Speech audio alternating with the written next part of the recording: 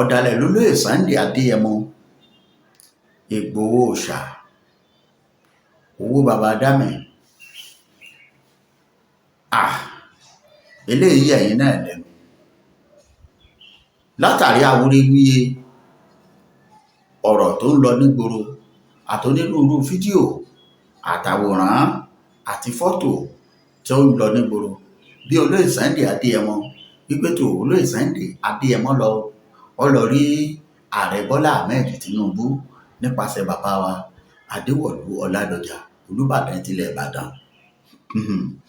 Olúkúlùkù ló ti jáde pẹ̀lú èròǹgbà rẹ̀ ìyẹn àwọn ọmọ Yorùbá tí kálukú ti ń sọ tiẹ̀ àtọ̀tá alé àtọ̀tá òde àtọ̀tá tó fojú dọ̀rẹ́ àti àwọn ọ̀rẹ́ náà tí wọ́n wò pé arákùnrin yìí yóò dàbí kọjá àwọn kulẹ̀ kálukú bẹ̀rẹ̀ sí ní sọ tiẹ̀ ní ìhà tó kọ sí wọn.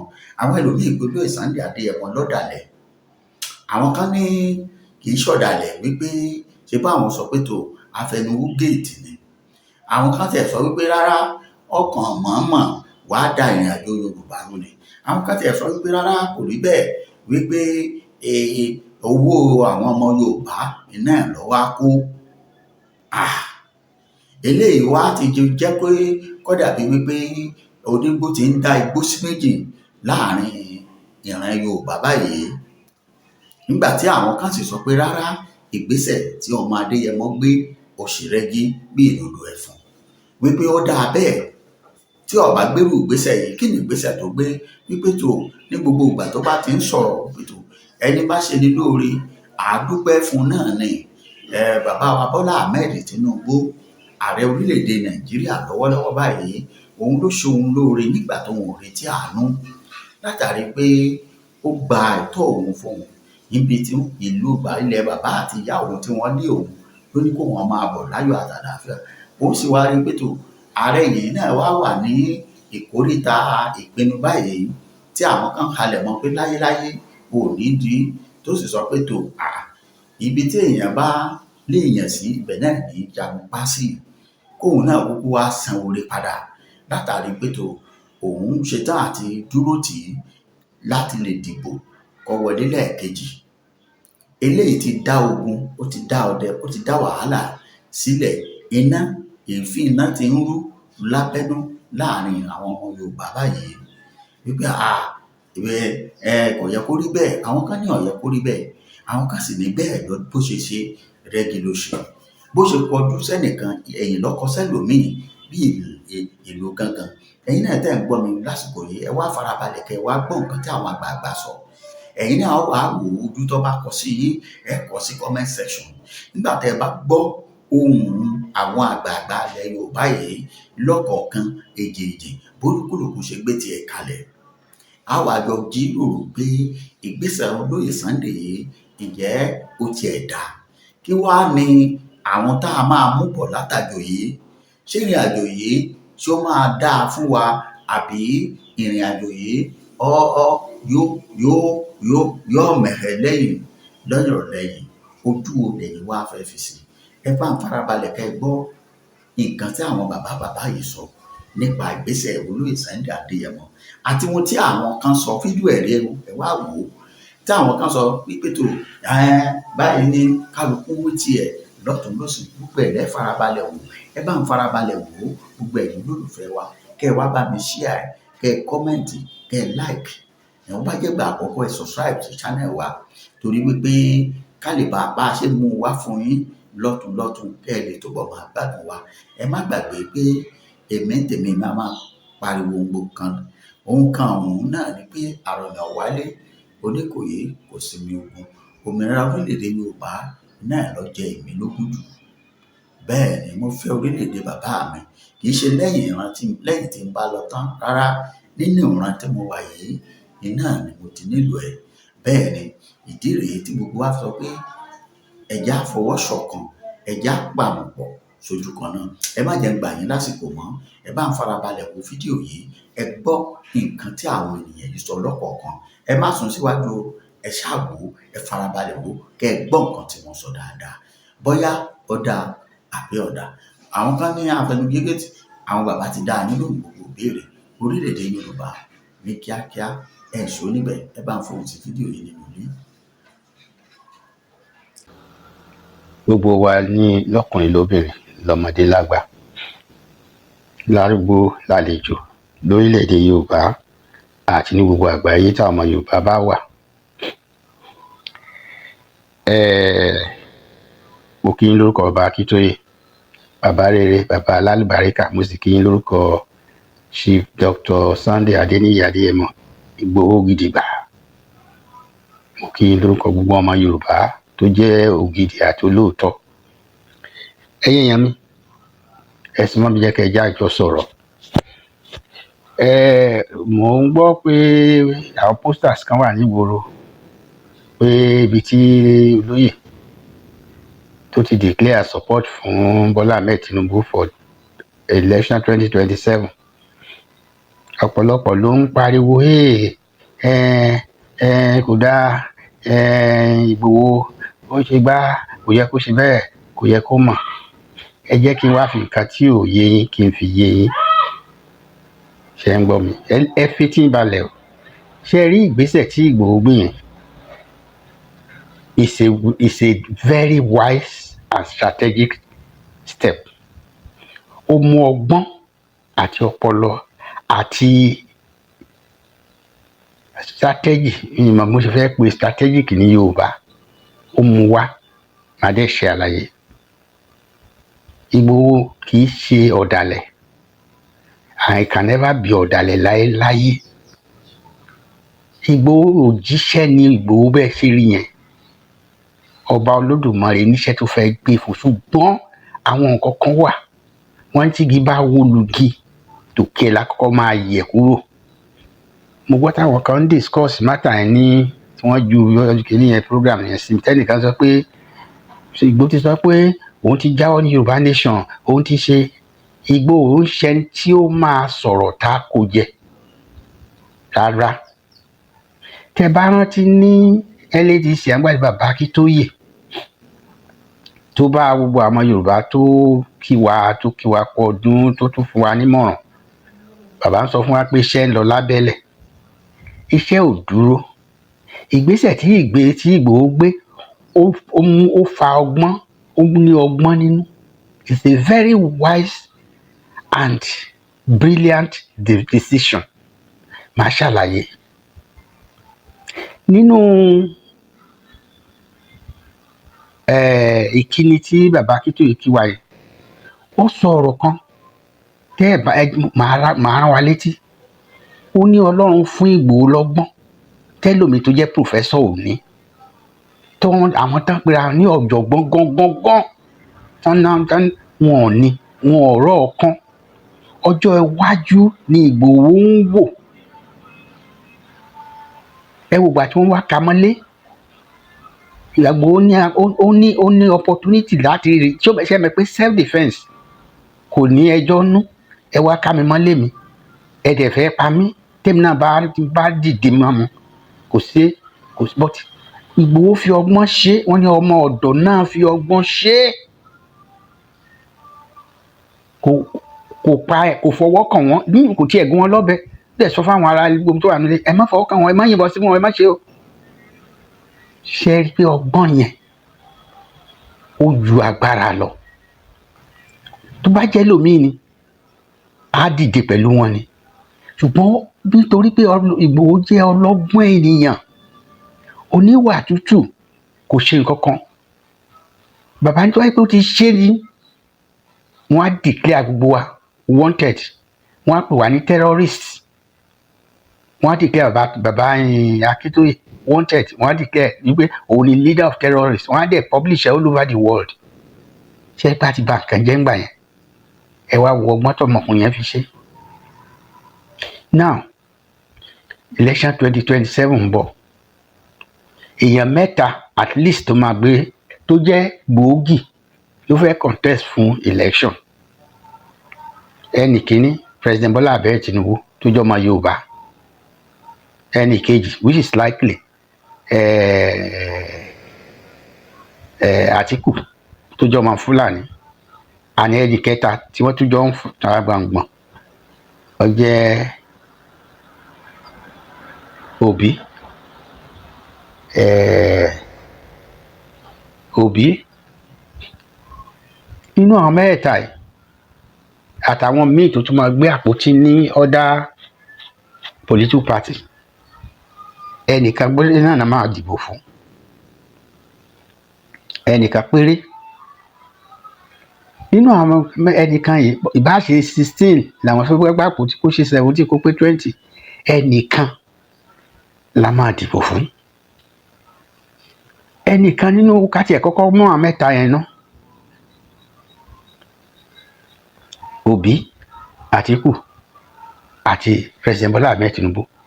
Ta lẹ fẹ́ kí ẹ̀yin tara rò pé ó yẹ kí Ìgbòho Òòṣà kó kíyù sí? Ṣé ẹ̀yin Obi ni àbí ẹ̀yin Atiku? Tó bá jẹ́ ẹ̀yin náà, ẹ̀yin ta lẹ máa kíyù, ta lẹ fẹ́ fún ní support? Ṣé Obi lẹ máa fún support àbí Atiku àbí Bola Ahmed Tinubu? Give it or take it. Bola Ahmed Tinubu a sì ní gbẹ́kẹ̀lé bí ò tiẹ̀ pọ̀ nínú ẹ̀ ju àwọn tó kù gbogbo lọ. Ǹjẹ́ ẹ mọ̀ pé iṣẹ́ rí Ìgbòho ó mọ tó ń ṣe o, ohun tó dẹ̀ ṣe yẹ ó yé mi. Ẹ mọ̀ pé tó bá gbàyàn nígbà òjò ẹlòmíì òun náà tún gba onítọ̀ yẹn nígbà ẹ̀rùn ni. Wash my hand, I wash your hand when the time comes. Ṣé ẹ rí diplomatic step tí Ìgbòho gbé yẹn ó wà pa? Ṣé ẹ mọ̀ pé tí gbogbo wa bá rally round lóòótọ́ tó ọ̀pọ̀lọpọ̀ wa ní òfẹ́ ṣùgbọ́n tí ọ̀rọ̀ dé àti ìgbà Yorùbá nation ẹ má gbàgbé ẹ má gbàgbé pé a ṣì wà nínú ìlú Nàìjíríà. So tó bá ń ṣe Nàìjíríà afẹ́ akọ̀ ó kàn wá ó wà àdìbò ó kàn wá. So yẹ yín now àti ìgbà we have just less than kí táàmù President Bola Ahmed Tinubu tó expire the present one ó kù bí 1 year and some few months. Ṣé within that 1 year and some few months la fẹ́ agitate láti gba Yorùbá nation?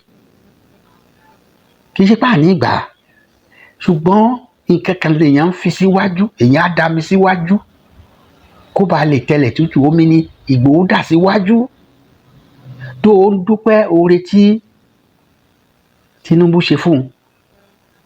Ṣé rí ìgbésẹ̀ yẹn kò ṣẹ̀yìn bàbá Ládọjà bí mi ṣe ń wò?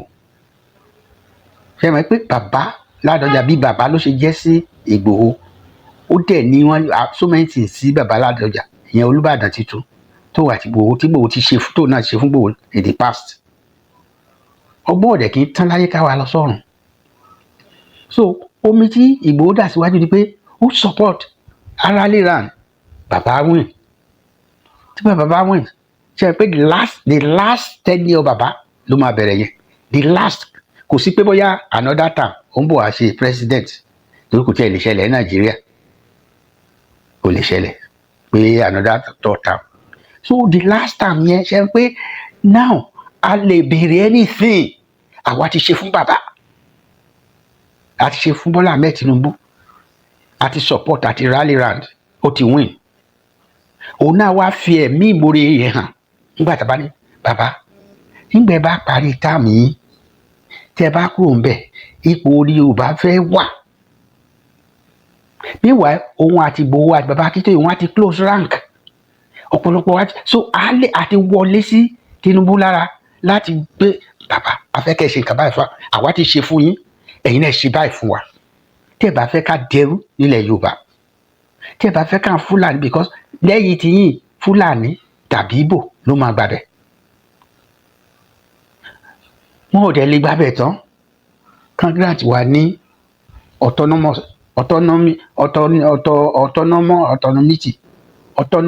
tá a fẹ́ gbà pé tá a fẹ́ dá dúró, kò sí kankan wọn tó máa grant wa because wọ́n mọ̀ pé tá a bá ti dá dúró ọwọ́ bá wọn nìyẹn. Ilẹ̀ Yorùbá ní ìjẹ́ wọn wà. Ẹ wo gbogbo Èkó, ẹ wo Ìbàdàn, ẹ lọ wo àwọn Ìgbò bọ́n ṣe gba gbogbo shop tán gba gbogbo everything ní pharmacy àwọn lè máa bá ń bẹ̀, ní spare part àwọn lè máa bá ń bẹ̀, ní plastic àwọn lè máa bá ń bẹ̀. Mention it. Náà ẹ wo àwọn Fúlàní ṣe náà ń wọlé tán kó màálù tán jẹ oko wa bó ṣe wù wọ́n, tán pààyàn bó ṣe wù wọ́n. Ẹ rò pé wọ́n wá fi wá sílẹ̀? Àwa ni jẹ́ wọ́n, àwa ni koríko tí gbogbo wọn ń jẹ. Àwa ọmọ Yorùbá ilẹ̀ wa ni koríko, ibẹ̀ ni ilẹ̀ ọlọ́ràá. Tó bá dẹ̀ dọ́wọ́ wọn, ẹ gbàgbé ẹ̀ kò sí bó ṣe máa jáde mọ́. Ìyẹn ló fi dáa pé nísìnyí tá a bá rántí bí Ìgbòho ṣe ṣe, èmi support ẹ̀ 100%. Ìgbésẹ̀ tó gbé yẹn ó mọ ohun tó ń ṣe. Now ẹ jẹ́ ká kọ́kọ́ focus ní time kékeré tó kù, ká focus lórí security ilẹ̀ Yorùbá. Tá a bá secure ilẹ̀ Yorùbá tí gbogbo ẹ lọ, tí gbogbo ẹ tó dúró mọ́, tá defend ilẹ̀ wa from any intruder, àti gbégbèsè kan nìyẹn. Tábà tí Ìgbòho tí Tinubu bá wọlé, èmi náà láìkè àdíẹ̀, ṣùgbọ́n gbà tí mo wò sọ́tún mo wò sósì mo rí pé àìdíà tó ní ọpọlọ ní Ìgbòho gbé yẹn. Ẹ má bu àǹdẹ̀kẹ́ rántí pé Ìgbòho ò jókòó níbì kan kó ti sign agreement pé Yorùbá nation yìí o, òun ṣe mọ̀ pé ibi tí ọ̀rọ̀ Yorùbá nation ti bẹ̀rẹ̀, bàbá Akíntóyè ló mú ìtàdíà yẹn. Ìgbòho lọ jà fún àwọn èèyàn wa ní Ìgàngán. Job lost everything.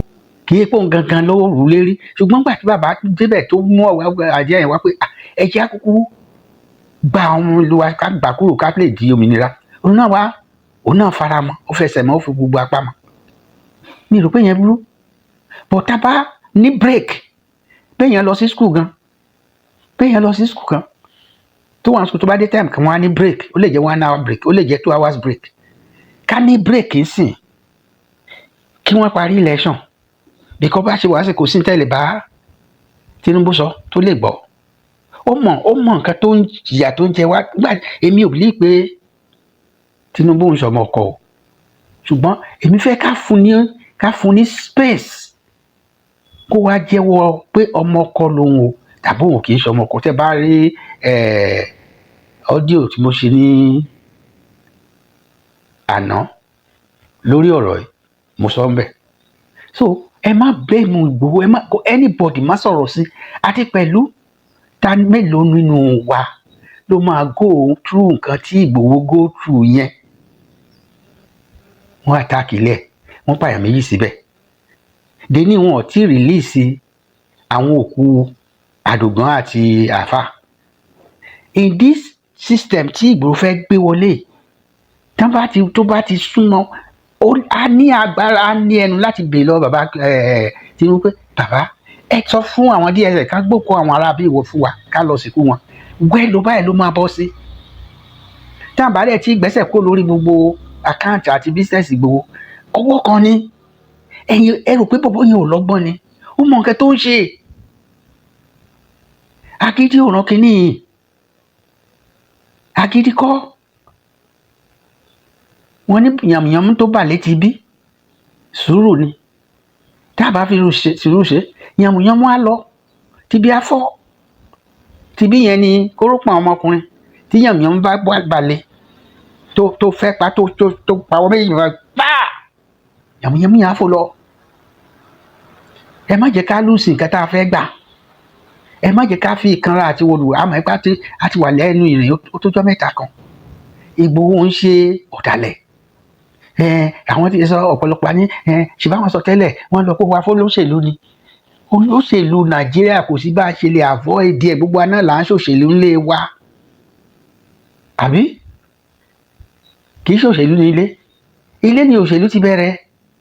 Kó dédé ṣé ní chọ́ọ̀chì tá a lọ kò sóṣèlú bẹ́ẹ̀. Àdáwó àṣe oríṣiríṣi nǹkan àgbọ́rọ̀ sí ṣe bí àwọn tí wa là ń tẹ̀lé. That is religious politics. Religious ni on that side.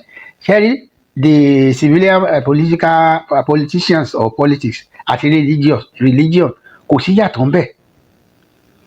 Ẹ má blame Ìgbòho.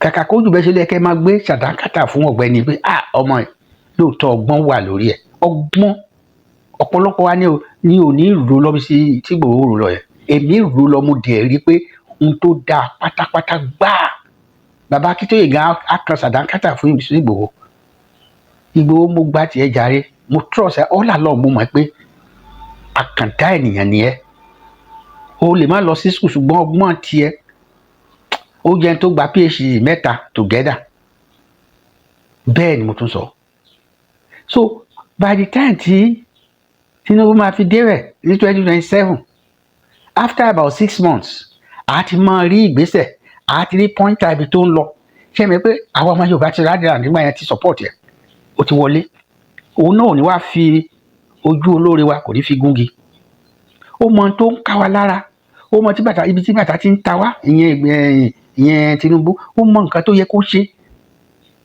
nsìn ó wá lè gbé gbèsè yẹn tí wọn pé kò sí nǹkan tó máa lose mọ́ he has secured his 2nd term kò sí 3rd term mọ́ so this 2nd term yẹn àwa fi ṣiṣẹ́ fáwọn ọmọ Yorùbá àwa jà rábúrábú pé kílẹ̀ Yorùbá kó dúró kó lómìnira ifá kò tiẹ̀ ní gbé ọ̀rọ̀ kí lẹ ti ń pè ọ̀rọ̀ regionalism àbí restructuring kò ní gbé wá rárá torí ìgbà yẹn àá wà bold enough bàbá Akíntóyè àti Ìgbòho wọ́n á lè wọlé sí lọ́dọ̀ ẹ̀ ní asọ̀rọ̀ president ẹ̀yìn làwárí àfarabalẹ̀ àfetíbalẹ̀ àfimúbalẹ̀ àfi gbogbo ẹ̀ balẹ̀ àgbọ̀ wọn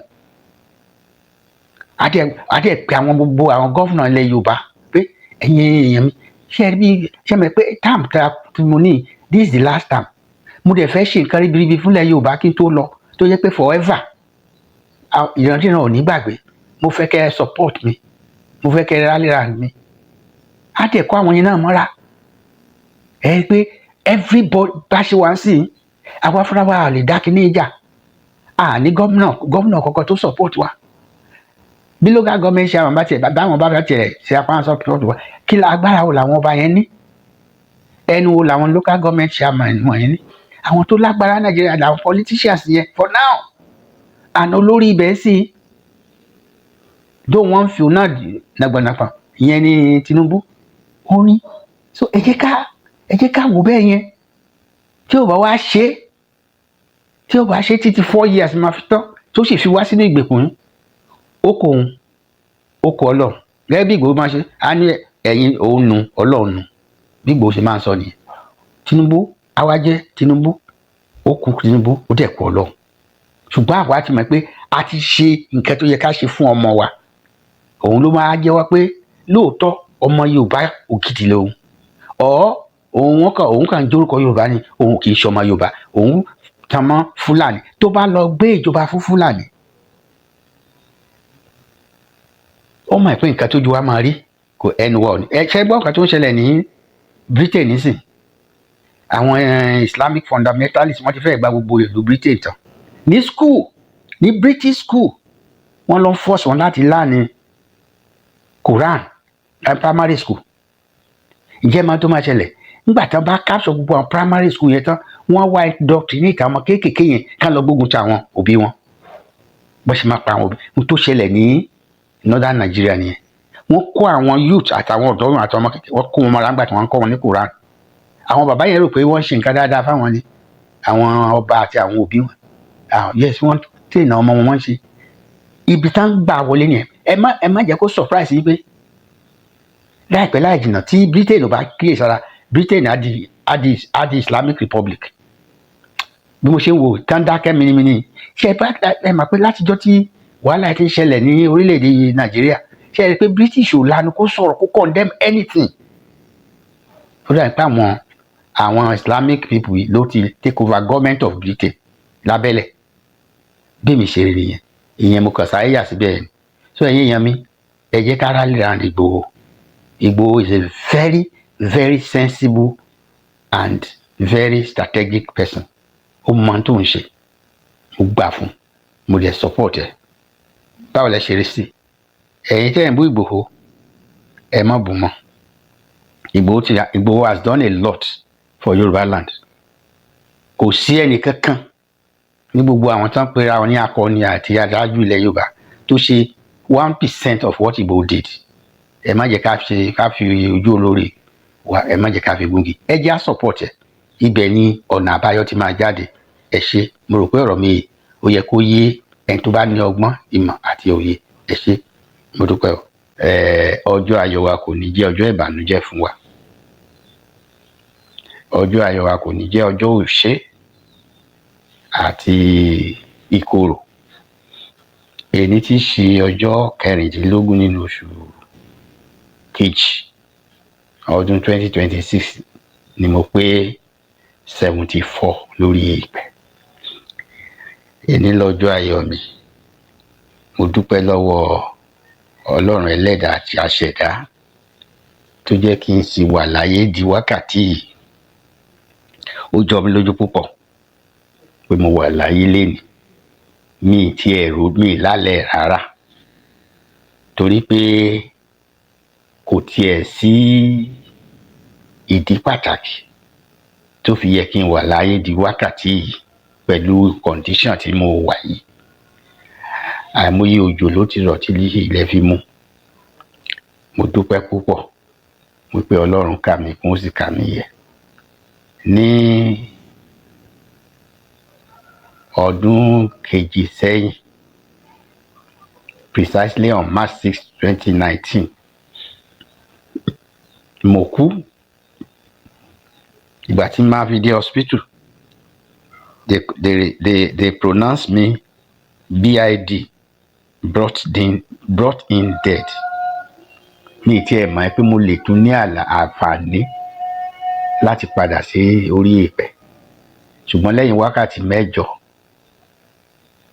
tí mo ti wà lórí stretcher tá fẹ́ gbé mi sí inú mọ́ṣúárì tí ò sí ààyè at that time pé kí àwọn tó òkú tó wà ńbẹ̀ kan wá evacuate wọn kí mi ráyè gba room and parlour níbẹ̀ àbí yàrá kan tẹ̀ ní lágbára owó mi kà bẹ́ẹ̀ ni ìyanu yẹn ṣẹlẹ̀ tí mo padà sáyé miraculously how it happened I don't know narration tán fún mi nígbà tí mo padà ni mo gbọ́ so 7 years down the line yìí mo ṣì wà láyé mo dúpẹ́ gidigidi lọ́wọ́ gbogbo ẹ̀yin ọ̀rẹ́ mi ẹ̀yin èèyàn mi ẹ̀yin afẹ́nifẹ́re ẹ̀yin ojúlówó àti ògidì ọmọ Yorùbá mo dúpẹ́ àdúrà mo dúpẹ́ àwọn lọ́wọ́ ẹ̀yin kọ̀ọ̀kan ẹnì kọ̀ọ̀kan nù tẹ̀ ń ṣe tẹ̀ ń kà pàápàá jùlọ àwọn èèyàn mi tí mi ò tiẹ̀ mọ̀ rí rárá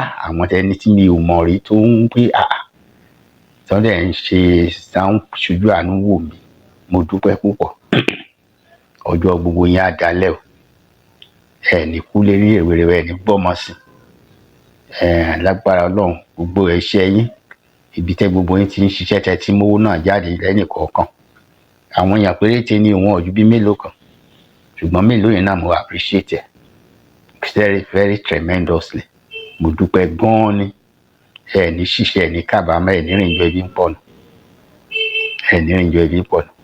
ẹ ṣé gan-an mo dúpẹ́ o ẹni fọwọ́ yín gbé ọmọ sí ọmọ ní kú mọ́ yín lọ́wọ́ aya ò ní kú mọ́ yín lọ́wọ́ ọkọ yín ò ní kú ní oṣooju ẹgbó ẹ̀tọ́ gbogbo bí tẹ́ ti ń rí owó àbùdí nítolókun àbùdí nítọlọ́sà àbùdí ní omi òkun àbùdí ní omi ọ̀sà nìkan awọ yín ò ní kan àpò ìsàlẹ̀ àpò yín ní àṣẹ Elédùmarè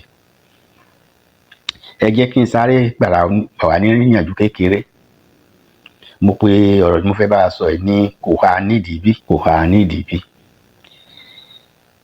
kí ló fa ọ̀rọ̀ yìí nígbà kan tí mo ka Bíbélì ọ̀rọ̀ yẹn sọ sí mi lọ́kàn kí ló ṣẹlẹ̀ àwọn ọmọ Ísírẹ́lì wọ́n wà lójú ogun pẹ̀lú wọ́n kojú àwọn ọmọ Fílístínì ọ̀gbẹ́ni káwátà ń pè ní Goliath fún odidi 40 ọjọ́ ni Goliath fi ń jáde tó wá ń pe àwọn ọmọ Ísírẹ́lì àwọn ọmọ ogun Ísírẹ́lì ní ìpèníjà tó ń challenge wọn pé ẹni tó bá láyà tí bàbá ńlá ìyá láyà bá bí dáadáa nínú yín àtọba yín tó gùn wá síbẹ̀ yín àtẹ̀yìn kẹ́nìkan ní kó jáde wá kó mi lójú tó bá borí mi gbogbo wa adẹrù yín bọ̀ tèmi bá borí ẹ̀ ẹ̀yin adẹrù wa challenge burúkú ni because this guy. Message: Doshu won as you mark your birthday today.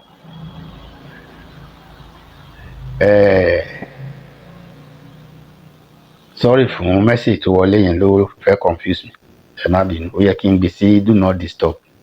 Ẹ jẹ́ ká continue. So bí ẹ̀rù wa bà jìnnìjìnnì wa bà gbogbo wọn, Major General Field Marshal gbogbo wọn ló wà ń bẹ̀. Nígbà tá à ń wo ọ̀gbẹ́ni yẹn bó ṣe kárúfí tó, ta ló fẹ́ lọ kojú ẹ̀? 40 days iṣẹ́ yẹn.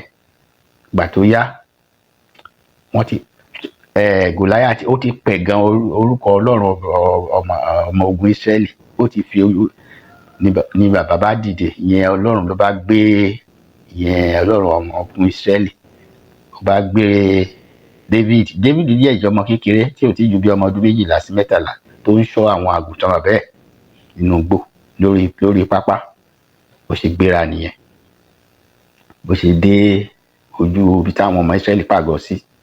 Gbogbo wa la mọ̀ ìtàn yẹn, especially tó bá jẹ́ pé ẹni tó ń ka bíbélì regularly tó dẹ̀ mọ̀ nípa Bible. Now kí ló wá ṣẹlẹ̀? Bí David ṣe yọ sí ojú ogun làwọn ẹ̀gbọ́n ẹ̀ ti rí lọ́ọ̀kan náà, tán bẹ̀ sí tẹ́ḿbẹ́lú ẹ̀, tán bẹ̀ sí bọ ẹnu àtẹ́ lù pé kí ló wá ṣe, ọmọ kékeré wo lórí lójú ogun? Ṣé ọmọdé máa ń wá sí war front ni? Owó ìmọ̀ kọjá yẹ o ríṣẹ́ ṣe, o wá fi àwọn àgùntàn àtẹran wọ̀nyẹn sílẹ̀ kí ìkòkò pa wọn jẹ, wọ́n ṣáà bu wọn blast ẹ̀. Ó wá ní kò wá nídìí bí? Ṣé mo mọ̀ wá ni? Meanwhile David gẹ́gẹ́ kò mọ̀ ìdí tó ń fi wá síbẹ̀. Ọ̀rọ̀ yẹn kàn jáde lẹ́nu ẹ̀, kò wá nídìí bí? Ibi tó ti ń sọ̀rọ̀ yẹn lọ́wọ́ ni Philistine tó tún ti challenge ni David bá dá lóhùn. Gbogbo àlàyé tí ògo padà sọ́dọ̀ Ọlọ́run táwọn ọmọ Israẹli bẹ̀rẹ̀ sí jubilate. Ṣé rí ohun gbogbo tó bá ṣẹlẹ̀ sí wa ó nídìí, a lè má mọ ìdí ẹ̀. David initially kò mọ ìdí tó ń fi wá sójú ogun, kò mọ̀ rárá. Ọlọ́run dẹ̀ sọ pé nǹkan báyìí ló ń lọ ṣe. Bọ̀gbà tó dọ̀hùn ló tó rí ìpèníjà táwọn ọmọ Ísírẹ́lì ń kojú 40 days. Ọ̀pọ̀lọpọ̀ wa la ti ń la oríṣiríṣi ìpèníjà kọjá. Èmi tí mo ń bá yín sọ̀rọ̀, this is my 15th year tí mo ti wà nínú òkùnkùn biribiri, òkùnkùn birimbirim. Kò sí ọgbọ́n tá a lè ta, kò sí ọ̀nà tá a ti gbà, kò sí àdúrà, kò sí oògùn, kò sí nǹkan tá a fẹ́ tó yẹ ká ṣe láyé tí mi ti ṣe. Gbà ó máa wà very frustrating and depressing kéèyàn wà nínú òkùnkùn kó má lè rìn jáde fúnra rẹ̀ odidi 15 years, kó má lè kàwé, kó má lè wo TV, kó má lè rí ẹni tó ń bá gbélé, kó má máa rí oúnjẹ tó ń jẹ. Báṣọ ẹ̀ bá dọ̀tí tí ẹ̀bọ̀ mi ní mọ̀ bóyá mo wọṣọ tó dọ̀tí tàbí mi ní mọ̀ bóyá aáyán kú sínú oúnjẹ tí mo jẹ ọ̀ṣọ́. Gbogbo ọ̀pọ̀lọpọ̀ ló ní ìpèníjà kan tàbí èkejì tó ń là kọjá. Ẹ̀yin èèyàn mi, ó nídìí. Èmi inú church mo wà nígbà tó ojú ìbẹ̀rẹ̀, mo lọ jọ́sìn ni.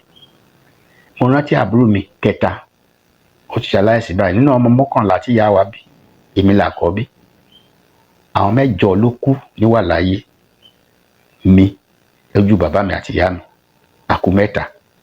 Kí ni ìdí táwọn yẹn fi kú ní kọ̀ọ̀kan? Kì í ṣe kan náà wọ́n kú, mysteriously, inexplicably wọ́n kú, wọ́n ṣubú, wọ́n lọ.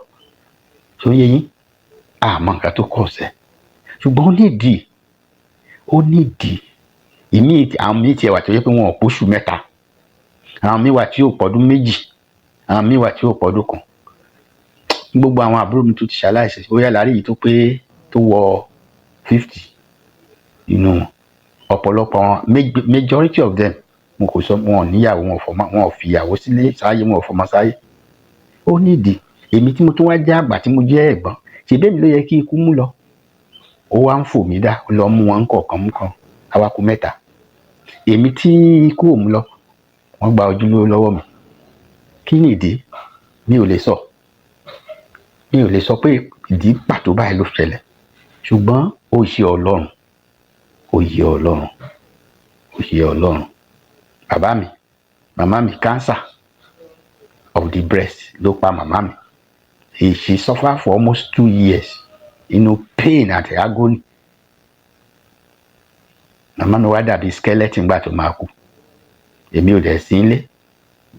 Gbà tí mo máa dé, tí mo bá màmá mi lórí bed, wọ́n ní for 2 weeks or 3 kò jẹun, kò lè sọ̀rọ̀ nígbà tí máa wọlé sí mo rí ìyá mi mo bú sẹ́kùn ni. Ìyá rere ni ìyá mi, ìyá alálùbáríkà àti bàbá mi. Parkinson disease ló pa dádì mi. Gbogbo family mi Christian dẹ̀ ni wá. So ẹ wá bèèrè lọ́mi pé kí ló ṣẹlẹ̀. Ẹlòmíì níbi lè sọ pé bóyá ẹ̀ṣẹ̀ ni, bóyá ẹ̀ṣẹ̀ wà ní. Ta ni ò lẹ́ṣẹ̀? Jésù sọ fún àwọn èèyàn ní ẹnikẹ́ni nínú yín tí ò bá tí ì dẹ́ṣẹ̀ rí kó sọ òkúta lu obìnrin tá a mú nínú àgbèrè. Bíbélì ní gbogbo wa la ti ṣẹ̀, gbogbo ènìyàn, gbogbo aráyé ni. So ẹ má point accusing finger sẹ́nì kankan, ẹ má fojú ẹlẹ́ṣẹ̀ wọ anybody. Gbogbo nǹkan tó ń ṣẹlẹ̀ lórí anybody wa kò yé ọ̀pọ̀lọpọ̀ wa. Ṣùgbọ́n mo fẹ́ rọ̀ wá ní wákàtí bí kẹjọ. Mo ti ronú títí débi pé mo gbé poison jẹ ní 2019. Mo da sniper mọ́ nígbà tó sú mi tí mi ò rí èèyàn console mi rí èèyàn bá sọ, mi ì rọ́ọ̀rẹ́, mi ì rí anybody, mi ì rí family. Èmi nìkan odidi oṣù 4 mo fi wà ní Ọ̀tà nínú ilé. Kò sóbìnrin kankan, kò sọ́kùn, kò sí alábàágbé. Àpẹẹlọpẹ àwọn ará àdúgbò ló wá ń bá mi ṣe oúnjẹ, wọ́n máa bá mi lọ sọ́jà, wọ́n bá mi fọṣọ. 4 months mo gbàdúrà títí tí mo wàwẹ̀ títí mo sunkún sọ́lọ́run lọ́rùn. Kò dáhùn, ṣùgbọ́n ó nídìí. Bóyá later wọ́n á fìdí ẹ̀ hàn mí, èmi ò mọ̀. Ìwọ náà lè má la ìṣòro kan kọjá tàbí èkejì. Wọ́n bara jẹ́, wọ́n gbóògùn jẹ, wọ́n parẹ́.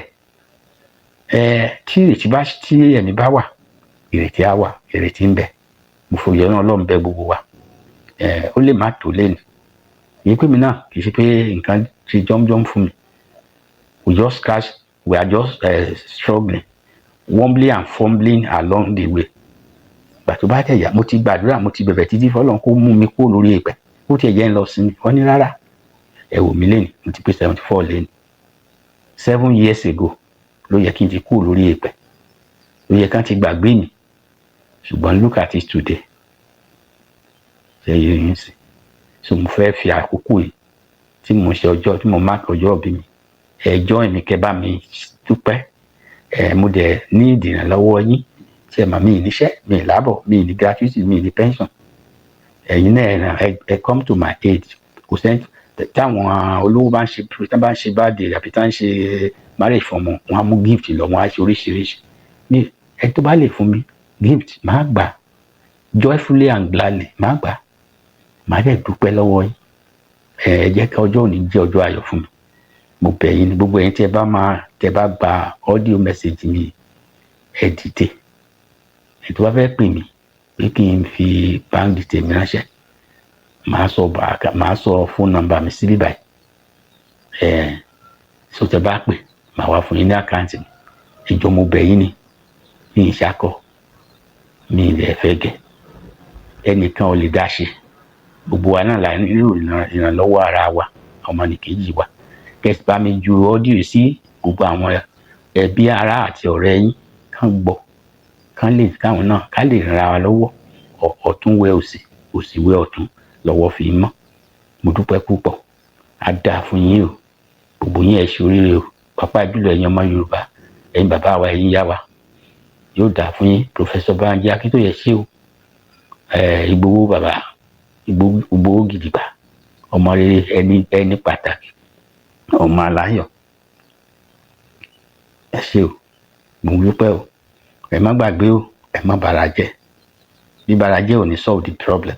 Ẹ jẹ́ ká wà láyé nítorí pé láìpẹ́ láìjìnà ní agbára Ọlọ́run ọba Olódùmarè. Níwà láyé Tinubu ní second term ẹ̀ ní a máa fún wa Yorùbá nation. Ẹ jẹ́ ká sowọ́pọ̀, ká gbárùkù tì wọ́n. A ní choice o. A lè dìbò fún Peter Obi, kò ní ṣe wá láǹfààní. A lè dìbò fún Àtíkù, kò lè ṣe wá láǹfààní. The only option ta ní àti any other person ni Tinubu. Ó ti débẹ̀ already. Ẹ jẹ́ kó kú ká gbárùkù tí kó parí second term. During the second term yẹn, àráyè present case wa. Táwa náà bá ràn lọ́wọ́ ńsìn, á ràn wá lọ́wọ́. Ṣé yẹn ńsìn, òun náà tún á wò pé ọmọ Yorùbá mà lóhùn, òun mọ̀ gbọ́dọ̀ fi bẹ̀ sílẹ̀ láì ṣe ní tó yẹ ká ṣe. Torí tóun bá fi bẹ̀ sílẹ̀, ìyà á jẹ wá. Ojú wa rí mà bò. So ẹ má bínú, ẹ farabalẹ̀. Ní tí ò tó lé ní, ó ń bọ̀ àṣẹ́kù lọ́la. ẹ ṣé ẹ̀yin ọmọ ìyá mi, ẹ̀yin èèyàn mi, gbogbo ẹgbẹ́ ìfẹ́lódùn, àpapọ̀ ẹgbẹ́, gbogbo àwọn ẹgbẹ́ ìgbìmọ̀ ìfẹ́lódùn tí mo jẹ́ kan nínú wọn, ẹ ṣeun o, yóò dáa fún yín o, ẹ ṣé o, a máa retí. Fóònù nọ́mbà mi ẹ lè pè mí sí +234 810 51 32 921, lẹ́ẹ̀kan sí +234 810 51 32 921. ẹ lè kàn sí mi lórí WhatsApp, ẹ lè fi voice note or text message ránṣẹ́, anyone tẹ́ bá ṣe màá rí. Ẹ ṣé gan-an ni, mo dúpẹ́.